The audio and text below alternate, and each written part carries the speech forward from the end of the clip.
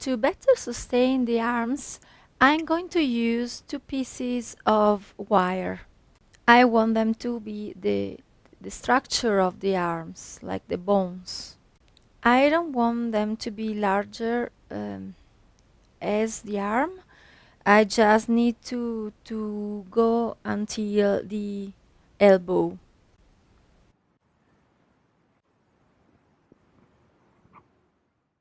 Checking that the wires are the same size.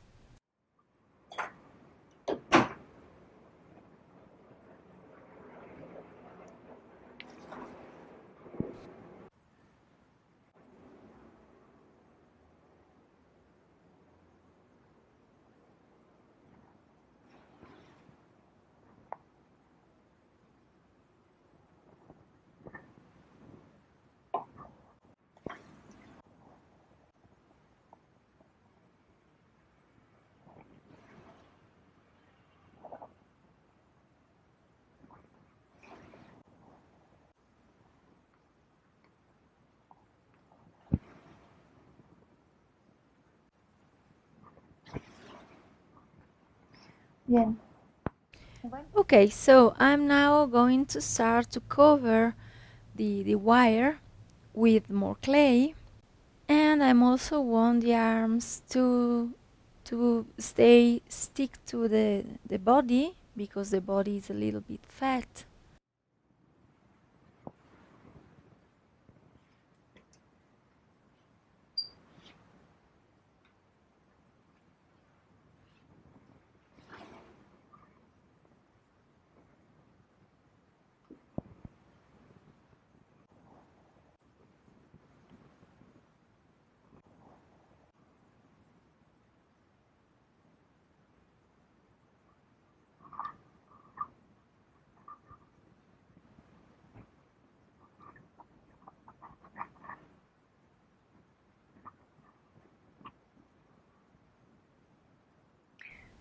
Here I'm building the volume little by little.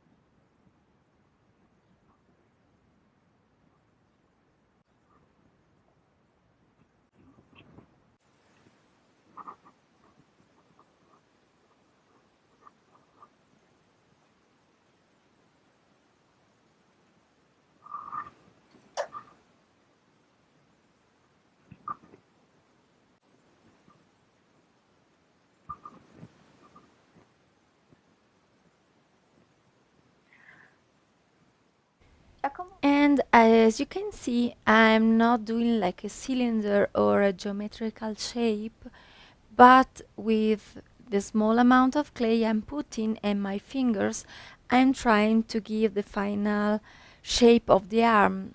Um, on the back side, I'm doing the triceps, and here on the front, the biceps. And so little by little, it's taking shape. And with my tool, I'm helping myself to make the shape better.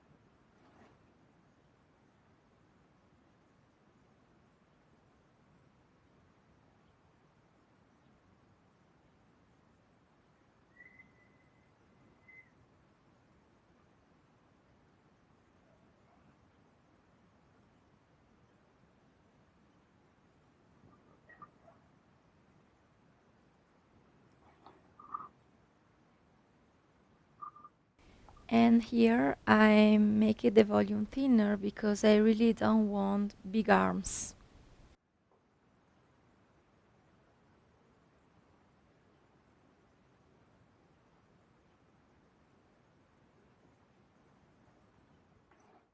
And now I'm simply adjusting the volume. So I was feeling that here in the upper part was too thin. So I'm going to add a small amount of clay.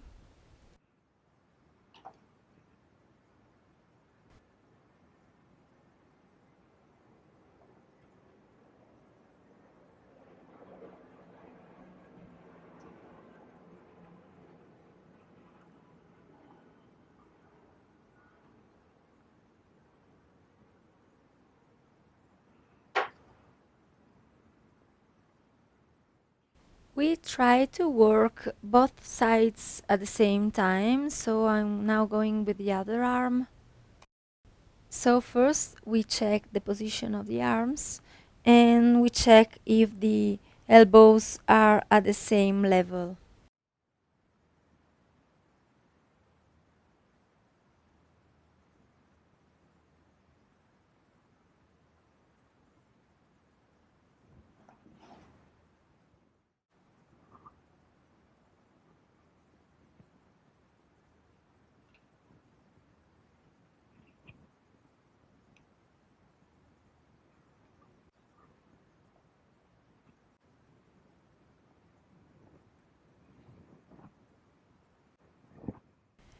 I actually like the movement of the spine and neck and the head.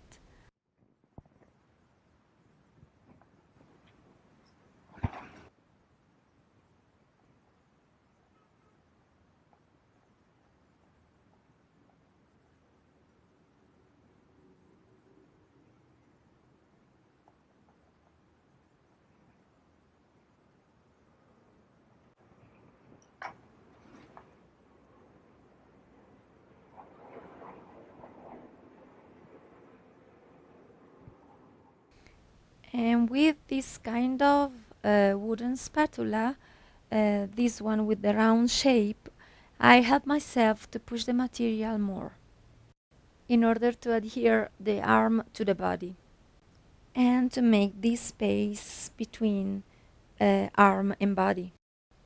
My idea is to make them look like they are separated. So I do this movement with the wooden spatula to push inside and then pull outside. Push inside, pull outside, push inside, pull outside. As if I would cut and separate.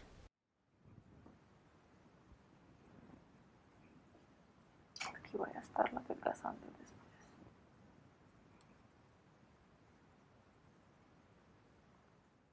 Here carving some volume. This is in fact another way to carve material. And now if I turn the sculpture and compare the first and the second arm, I can see that the first one is really big. So I make it thinner and try to make it similar to the second one. Para dejarlo más como es el segundo.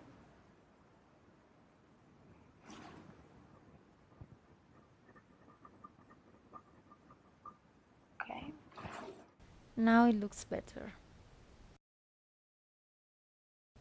Continuing to work on the second arm.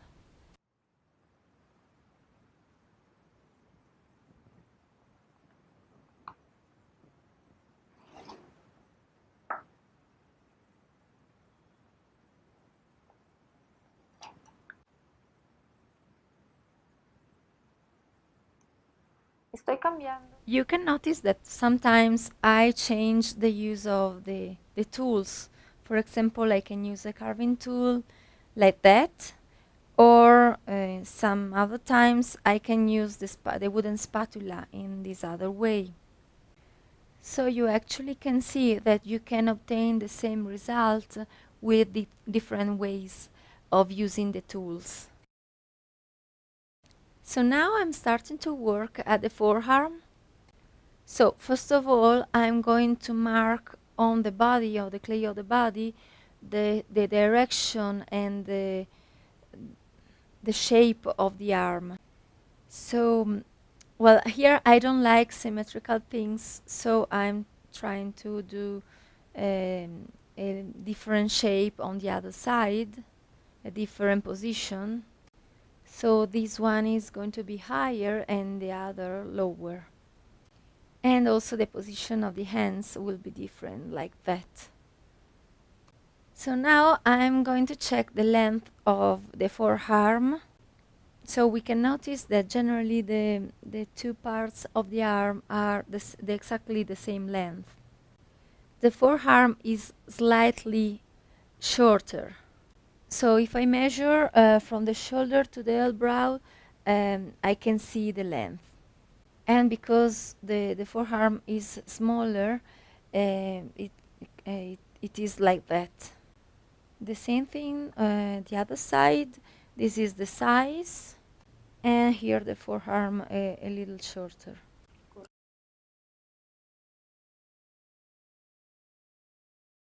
So this hand is going to be this direction and the other one here.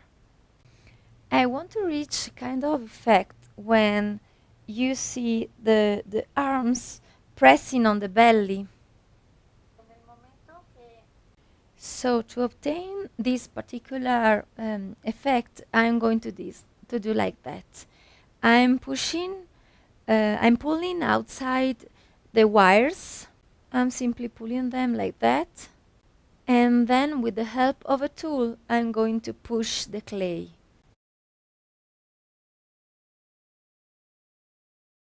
I'm creating the space for the forearm. And the other side too.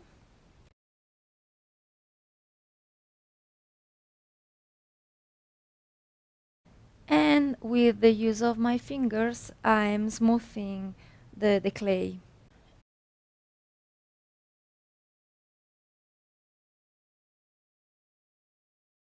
I want to make the union between the belly and the forearm more natural as natural as possible.